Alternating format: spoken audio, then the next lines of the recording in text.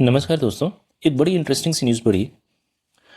दुनिया की सबसे बड़ी इक्विटी इन्वेस्टमेंट फर्म बैक्शायर हैथवे, उसके वाइस चेयरमैन इंश्योरेंस ऑपरेशंस के मिस्टर अजीत जैन, जिनको मिस्टर वॉरेन बफेट का राइट हैंड भी कहा जाता है, इन्होंने फरवरी 2026 में डीएलएफ द कैमेलियाज गुड़गांव में 7,400 स्क्वायर फीट का एक अल्ट्रा लग्जरी अपार्टमेंट लिया 85 करोड़ का।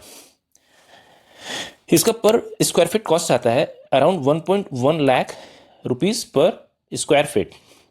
तो दुनिया की सबसे बड़ी इक्विटी इन्वेस्टमेंट फर्म के वाइस चेयरमैन ने इंडिया में रियल एस्टेट में एक पर्सनल इन्वेस्टमेंट किया, जबकि he is officially based in the USA. तो क्या रीजन हो सकता है, आइए आगे समझते हैं। एक बड़ा इंपॉर्टेंट न्यूज़ है, शायद आपका भी ध्यान गया हो।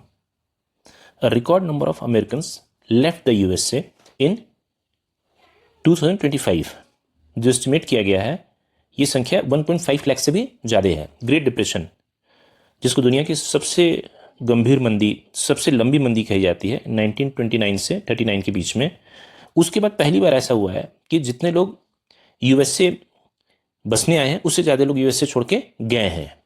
यूएसए के सिटीजन्स का यूएसए से बाहर जाके सेटल होना। Mister Ajit Jain, who is the vice chairman of Berkshire Hathaway, उनका यूएसए, यूरोप या यूएई छोड़ के इंडिया में रियल एस्टेट में इन्वेस्ट करना, इस ट्रेंड को कुछ डेटा से हम समझने की कोशिश करते हैं। एडवांस इकोनॉमीज का जीडीपी ग्रोथ रेट रहा 2024 में 1.8% का, ये घट के 2026 में 1.6% का हो गया। यूरोपियन यूनियन का क्यूमुलेटिव जीडीपी ग्रोथ रेट रहा 2024 में 0.9% का।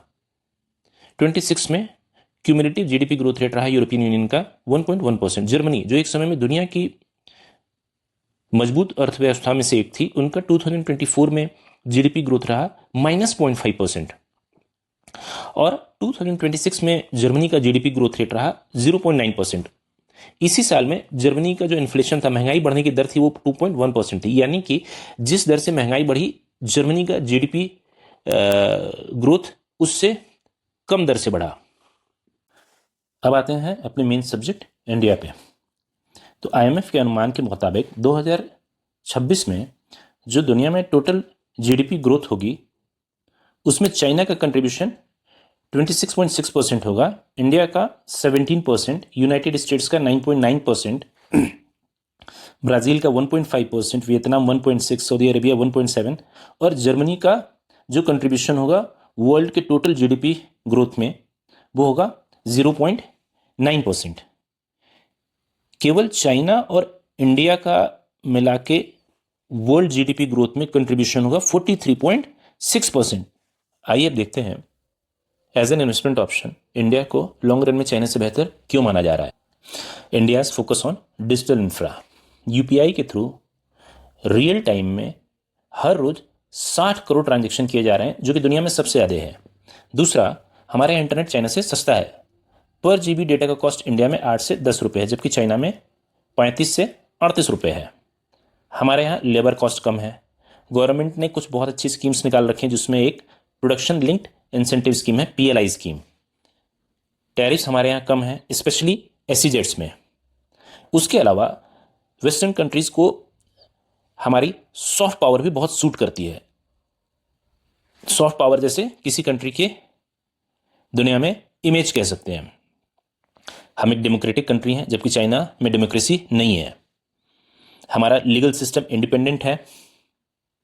उसके अलावा हमारी फॉरेन पॉलिसी, जैसे अभी यूएसए ने हमारे ऊपर 50% का टैरिफ लगा दिया, हमने उसके तुरंत बाद यूरोपियन यूनियन से फ्री ट्रेड एग्रीमेंट किया, जिसको मदर ऑफ ऑल डील्स कहा जा रहा है। एक तरफ हमारी दोस्ती ईरान से भी है, और दूसरी तरफ हम इजराइल के साथ मिलकर बराक 8 मिसाइल्स का प्रोडक्शन भी शुरू कर रहे हैं। रशिया हमारा पुराना दोस्त है, पर साथ ही साथ यूएसए के साथ हम ट्रेड डील भी डिस्कस कर रहे हैं। We are allying Chinese FDI, but साथ ही साथ यूएसए में रिलायंस ने रिफाइनरी में बहुत बड़ा इन्वेस्टमेंट भी किया है। We have demographic advantage against China. Current date में इंडिया की टोटल पॉपुलेशन है 1.46 बिलियन। 1 अरब 46 करोड़ लोग इंडिया में रहते हैं, जो कि चाइना की पॉपुलेशन से ज़्यादा है। चाइना की करंट पॉपुलेशन है 1.42 बिलियन, 1 अरब 42 करोड़ लोग चाइना में रहते हैं। जो इसमें इंपॉर्टेंट पॉइंट है कि इंडिया की पॉपुलेशन का मिडियन एज जो है वो है 29 साल, और चाइना की पॉपुलेशन का जो मिडियन एज है वो है 41 साल। तो India is much younger than China. India की पॉपुलेशन के 50% लोग 30 साल या उससे कम एज के हैं। And this is called demographic dividend, demographic advantage, जो कि इकोनॉमिक ग्रोथ के लिए बहुत ज़रूरी है। और ये डेमोग्राफिक एडवांटेज हमारे साथ सन 2062 तक रहेगा। हमारी पॉपुलेशन जो है अराउंड 2062 तक बढ़ती ही रहेगी, जबकि चाइना की पॉपुलेशन अभी से घटना शुरू हो गई है। आइए देखें आज के दिन में हम कैसे कर रहे हैं। फाइनेंशियल ईयर 2025 में we are expected to produce $100 billion worth of electronic goods and semiconductors. We are the second largest mobile phone producer globally. Electronics exports में भी हम अच्छा कर रहे हैं। फाइनेंशियल ईयर 25 में we exported $38.56 billion worth of electronic goods. Last year से 32.4% ज़्यादा था। In automobile industry we are the world largest tractor producer, second largest bus manufacturer and third largest heavy truck manufacturer. We are doing very good due to FAME 2 subsidies in electric vehicles and auto component industry. Renewable energy जो आज की ज़रूरत है, इसमें हमने M किया है 2030 तक 450 गीगावाट रिन्यूएबल एनर्जी प्रोड्यूस करने की कैपेसिटी बिल्ड करने की। डिफेंस सेक्टर में we have allowed 74% FDI by foreign companies. इस साल का जो हमारा डिफेंस प्रोडक्शन है it surpassed 1 lakh crore with the help of defence PSUs and private players, जिसमें मेजर है HAL, Hindustan aeronautic limited, BL, Bharat electronic limited, BDL, Bharat dynamics limited, Mazagon dock, L and T defence, Bharat forge and Mahindra defence. Recently हमने Philippines से और फिर अभी Indonesia से type किया है ब्रह्मोस मिसाइल को एक्सपोर्ट करने के लिए। We have been exporting defence equipments to African countries as. Volume wise pharmaceutical production में हम दुनिया में तीसरे नंबर पे हैं। Now coming to infrastructure, government of India का बहुत ज़्यादा फोकस है इंफ्रा को, इंडिया के इंफ्रा को ठीक करने का।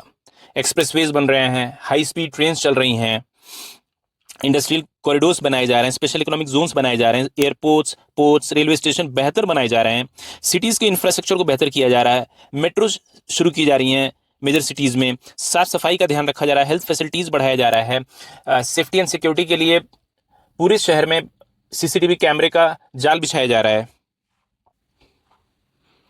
पॉलिसी रिफॉर्म्स जो कि बहुत ही ज़रूरी हैं, एफडीआई रूल्स को सिंप्लीफाई किया गया है। जैसे मैंने आपको बताया कि डिफेंस में 74% एफडीआई अलाउ कर दिया गया है। तो ये मेरा पॉइंट ऑफ व्यू था राइजिंग इंडिया के बारे में। कमेंट में बताइएगा कि कैसा लगा आपको। धन्यवाद दोस्तों।